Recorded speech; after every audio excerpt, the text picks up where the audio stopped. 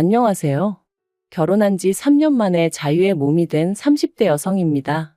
결혼을 결심했을 당시만 하더라도 제가 이혼녀가 될 줄은 상상도 못했는데, 아무튼 오늘은 익명의 힘을 빌려 제 이야기도 하고 드리고 싶은 당부도 있어서 이렇게 컴퓨터 앞에 앉았습니다. 남편하고는 고등학교 때부터 알고 지냈는데 그렇다고 해서 매사 같이 하는 그런 단짝 친구는 아니었어요. 하지만 고등학교 졸업 후 서로 가까운 대학에 진학하게 되었고, 졸업 후 취직한 직장도 한 동네에 있다 보니 어느샌가 한 달에 두세 번은 꼭 만날 만큼 가까워져 있었죠. 그러다 저희 둘 다 28살이 되던 해 남편이 그냥 친구가 아니라 제 남자친구가 되고 싶다며 저에게 고백을 해왔고 그렇게 연애를 시작했습니다. 사실 대학생 때 반년 정도 연애를 해본 것을 제외하고는 이후로 줄곧 혼자였던지라 연애라는 게 괜히 겁났었는데, 남편하고는 알고 지낸 시간도 길고 하니 왠지 잘할 수 있을 것 같았기도 하고요.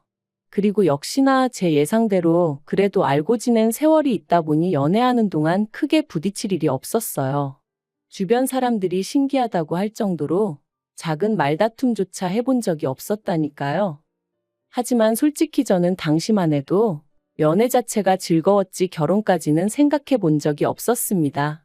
20대 후반이었기에 그렇게 결혼이 급하다고 생각치 않았거든요. 주변에 결혼한 친구들도 많이 없었고. 그런데 남편은 자기는 나이 든 부모가 되고 싶지 않다며 결혼을 하면 생활이 안정될 거다. 생활이 안정되고 마음이 편해지면 지금 하고 있는 일들이 2배, 3배로 잘 풀릴 거다. 온갖 감언이설로 날이면 날마다 저에게 결혼하자며 졸라대더라고요. 그리고 저는 결국 그런 남편의 말들에 넘어가 버렸습니다. 그때는 정말로 남편이 저를 많이 사랑해서 그런다고 생각했거든요. 저도 남편을 많이 사랑했고요.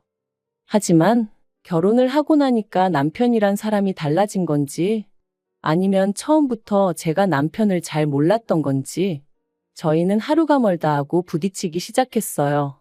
특히나 남편은 전에는 한 번도 그런 내색을 한 적이 없었는데 결혼하고 한 달도 되지 않았을 때부터 회사를 언제까지 다닐 거냐고 묻기 일쑤였죠.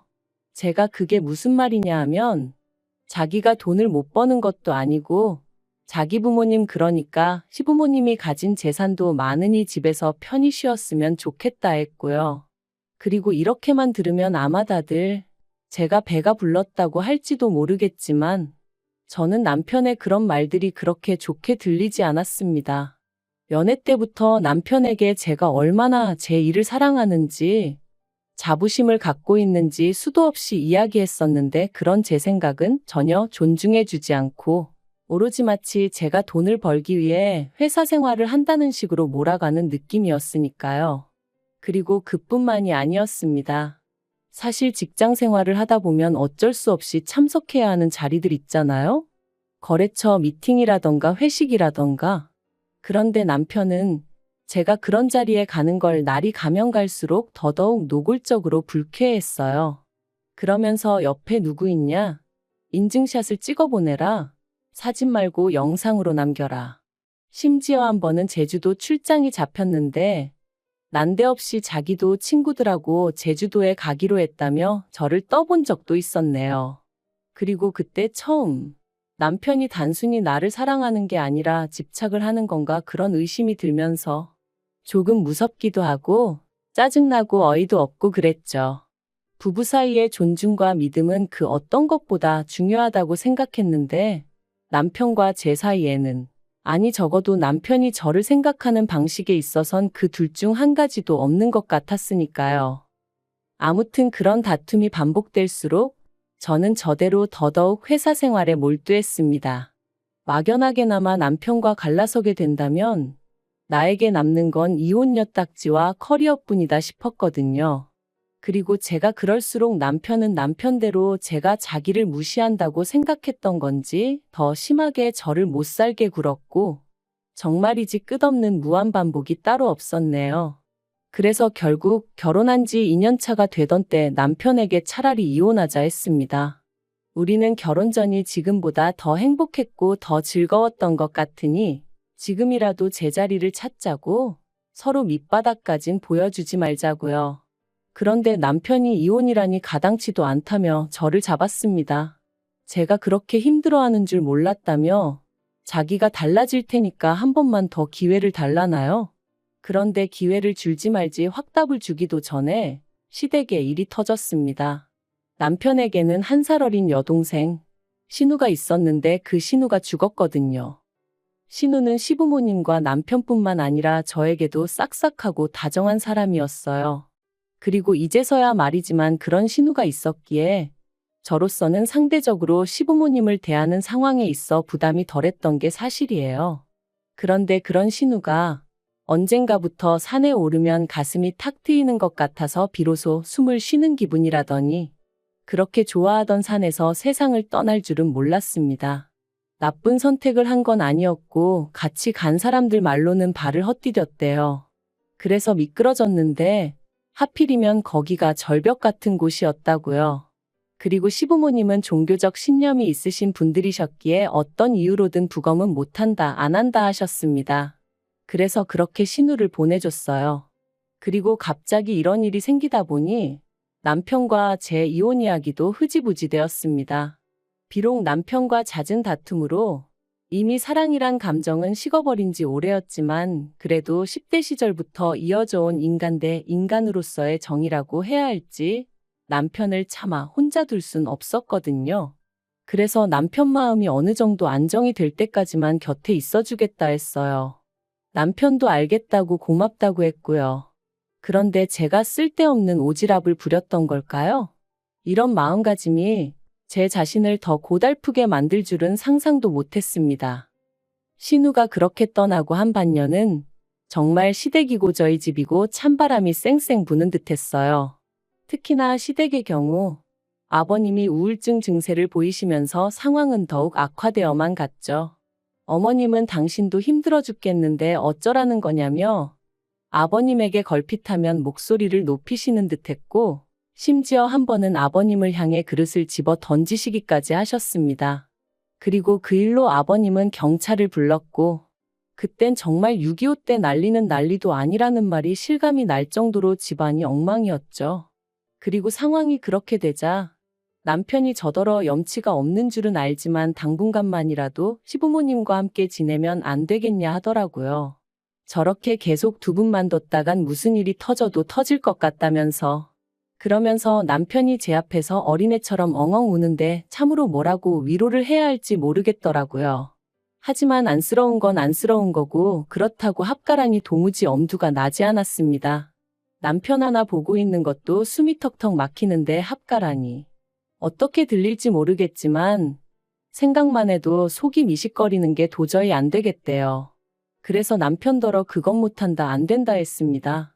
그랬더니 남편이 어머님 아버님이 얼마나 힘들어 하시는지 옆에서 보고도 그렇게 말할 수가 있냐면서 너무 서운하다는 거예요.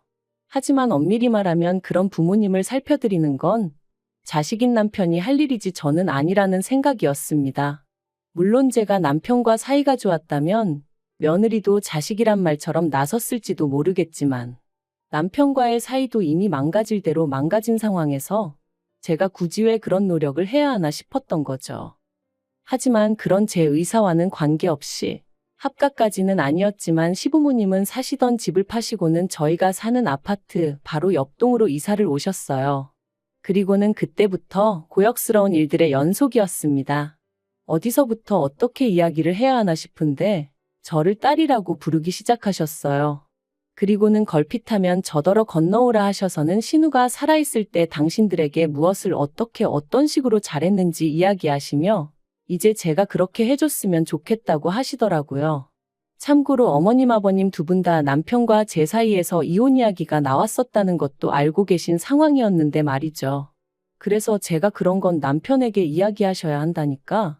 걔는 아들이라 아무것도 모른다면서 이제 당신들은 제가 딸이다 생각하고 살 테니 그런 줄 알라나요? 어이가 없었죠. 멀쩡하게 저는 제 친정부모님 두 분 다 계신데 난데없이 제 부모가 되겠다 하시니 그리고 저는 고민 끝에 이건 아니라는 결론을 내렸습니다. 그래서 남편에게 헤어지자고 했어요. 이제 당신이 정신 차리고 어머님 아버님을 살펴드려야 할 때라고. 내 할 일은 끝났다고요.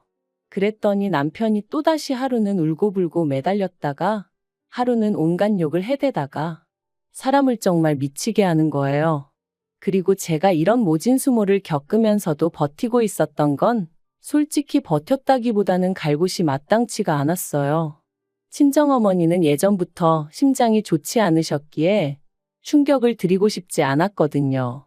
그래서 어떻게든 최대한 재선에서 일을 마무리 짓고 때가 되면 조심스레 천천히 알려드릴 생각이었던 거죠. 그런데 남편이 이런 제 상황을 약점으로 생각하고 그런 식으로 나올 줄은 꿈에도 몰랐습니다. 제가 이혼의 뜻을 굽히지 않자 결국 남편은 체념한 듯이 알겠다고 했고, 그렇게 저는 말 그대로 비로소 자유의 몸이 되겠구나 싶은 생각에 얼마나 후련했는지 몰라요. 그런데 그런 대화가 오가고 바로 이튿날이었습니다. 친정아버지한테 전화가 걸려왔는데 친정아버지가 이게 다 무슨 소리냐면서 방금 최서방이 왔다 갔다는 거예요. 그리고는 너희 이혼하냐?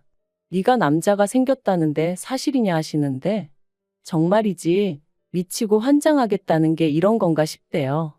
그래서 그럴 리가 있냐 하곤 회사에서 하던 일도 던져두고 그대로 친정으로 향했습니다. 친정에 도착하니 친정어머니는 충격으로 누워 계셨고 친정아버지께선 남편이 와서 짓거린 헛소리들을 저에게 전해주셨어요. 그리고 당연히 그 안에는 거짓과 날조가 잔뜩 섞여 있었죠. 그래서 저는 그동안 엄마 아빠가 걱정하실까봐 말을 못했는데 사이가 안 좋았던 게 사실이라고 하지만 결코 내가 바람을 폈다거나 그런 일은 없다. 그렇게 설명을 했죠. 그러자 친정아버지도 당신 딸이 그럴 리가 없을 거라고 믿고 있었답니다. 하지만 어찌나 저희 남편이 목에 핏대를 세우고 달라들던지 사실이 아니면 저렇게까지 화가 날 리가 있나 싶기도 했다며 저한테 미안하다고 사과하시더라고요. 그래서 아니다, 오히려 그런 놈을 알아보지 못하고 결혼하겠다고든 제가 이 딸이 바보 같았다. 이런 일로 심력 끼쳐드려서 죄송하다 했죠. 그리고는 친정어머니께도 잘 말씀드리고 그렇게 저는 친정부모님한테서까지 이혼 허락을 받았습니다. 사실 저도 다 큰 성인인데 이혼 허락이라니 써놓고도 좀 그렇긴 한데 솔직히 이혼은 결혼만큼이나 중대사이고 그러니 친정부모님과 한 번쯤은 터놓고 상의를 하고 싶긴 했었거든요. 그래서 친정부모님이 너 편할 대로 너 행복할 것 같은 선택을 해라 하셨을 때 비로소 안심이 되더라고요. 저는 그 길로 다시 집으로 왔고 때마침 남편도 집에 있었습니다. 그래서 남편한테 당신의 우리 집에 가서 행패를 부렸냐니까 저를 째려보면서 한다는 말이 제가 시부모님과 남편이 겪은 아픔을 이해하지 못하는 것 같아서 저도 똑같은 아픔을 느껴보게 해주려고 했다는 거예요. 그 말을 듣는데 순간 온몸에 소름이 돋았습니다. 그러니까 한마디로 친정어머니가 쓰러지셔서 어떻게 되시기를 바랬다는 얘기로밖에 들리지 않았으니까요. 정말이지? 미친 X가 따로 없구나 싶은 게 무섭기까지 해서 더는 단 1분도 한 집에 못 있겠더라고요. 그래서 그 길로 도망치듯 뛰쳐나와 다시 친정으로 향했고 이후로 이혼소송을 시작할 수밖에 없었죠. 그리고 이혼소송의 과정은 쉽지 않았습니다. 솔직히 말하자면 남편이 저를 괴롭혔다는 건 어디까지나 저희 둘만 같이 있을 때 있었던 일들이었기에 입증하기가 쉽지 않았거든요. 그리고 남편은 물리적으로 저를 아프게 한 적은 단 한 번도 없었어요. 늘 비아냥거리고 사람을 떠보고 한마디로 신경을 거슬리게 하는 시기였기에 남들이 알아채긴 어려웠으니까요. 그렇지만 변호사의 도움으로 저는 비록 3년밖에 되지 않는 결혼 생활이었음에도 불구하고 24장의 진술서를 작성해냈고 그렇게 위자료 3천만 원을 받으며 이혼할 수 있었습니다. 그리고 그 과정에서 결코 의도했던 일은 아닙니다만 어머님이 결국 쓰러지셨어요. 어째서인지 지금도 이해할 수 없지만 어머님은 정말로 저를 죽은 신우라고 생각하기로 작정을 하셨던 건지 딸이 부모를 떠날 수는 없는 법이라며 소리소리를 지르시다가 말 그대로 졸도를 하신 거죠. 그리고는 실어증까지 오는 바람에 우울증인 아버님과 실어증에 걸린 어머님을 누가 감당할 수가 있었겠어요? 결국 듣자 하니 남편은 회사를 관두고 시부모님과 살림을 합쳤답니다. 남편 소식을 전한 친구에게 그래서 뭐 해 먹고 산다더냐 물으니 일단은 시부모님 재산이 있으니 그걸로 생활하면서 생각해 보겠다고 하더라 그러대요. 그래서 더는 뭐 묻지 않았어요. 솔직히 말하면 남편이 저희 친정어머니에게 했던 짓거리를 생각하면 측은지심은 개뿔, 지옥에나 가라고 하고 싶은 생각이었지만 한편으론 어머님이 쓰러지신 게 혹시 나 때문인가 하는 죄책감이 조금은 있었거든요. 그래서 뭐 잘 살아라까진 아니더라도 두 번 다시 너랑 나 마주치지 말자. 너는 너대로 나는 나대로 각자 갈 길 가자 그렇게 마음을 먹게 되었죠.